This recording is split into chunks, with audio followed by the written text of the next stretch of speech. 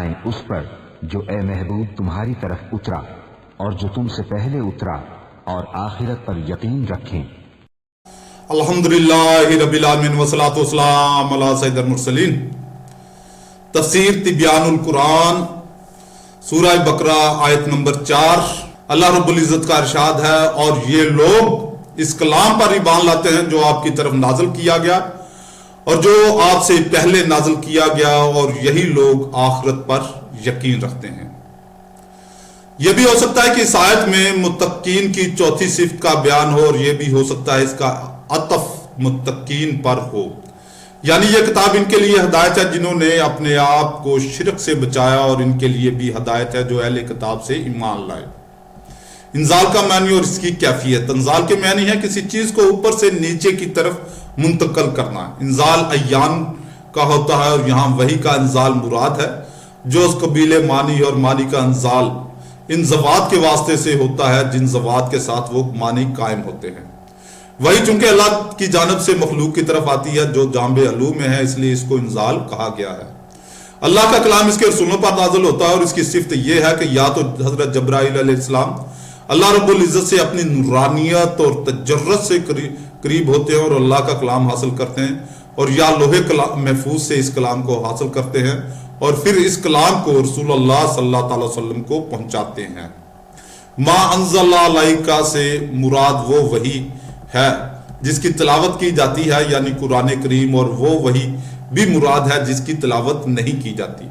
یعنی سنت، جیسے نماز کی رکعات کی تعداد اور اس کی حیت میں مخصوصہ،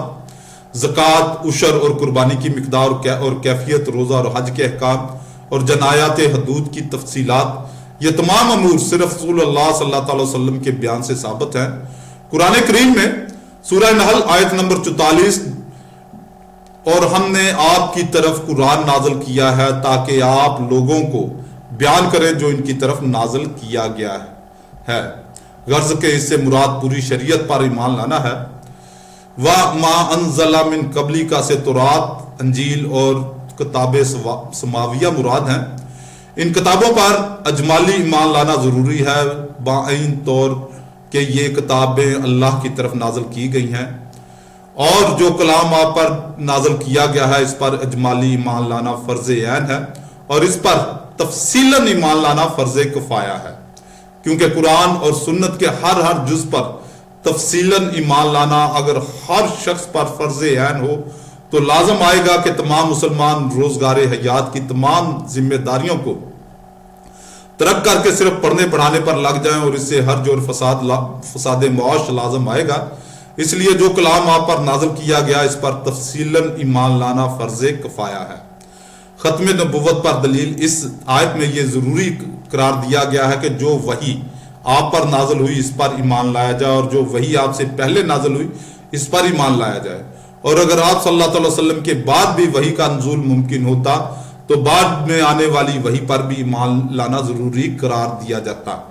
اس سے معلوم ہوا کہ سیدنا محمد مصطفیٰ صلی اللہ علیہ وسلم کے بعد نزول وحی کا سلسلہ منقطع ہو گیا، اور آپ صلی اللہ علیہ وسلم کے اوپر نبوت ختم ہو گئی۔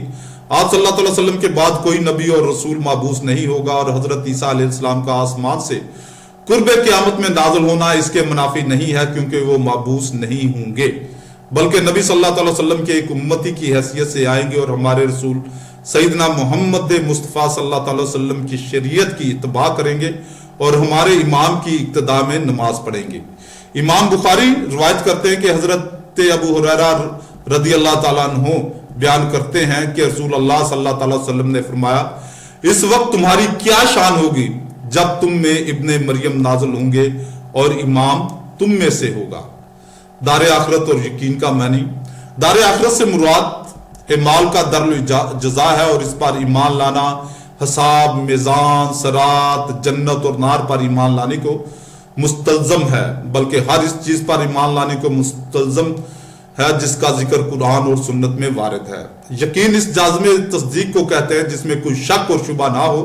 اور وہ جزم واقع کے مطابق ہو اور تشکیک مشکک سے زائل نہ ہو سکے۔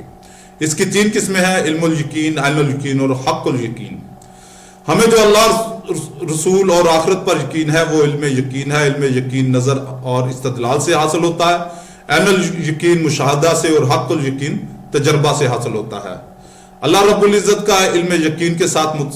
اللہ تعالیٰ کا علم یقین کے ساتھ متصف نہیں ہوتا، کیونکہ اس کا علم استدلالی نہیں ہے۔ آخرت پر یقین کا اظہار اعمال کے اثار سے ہوتا ہے۔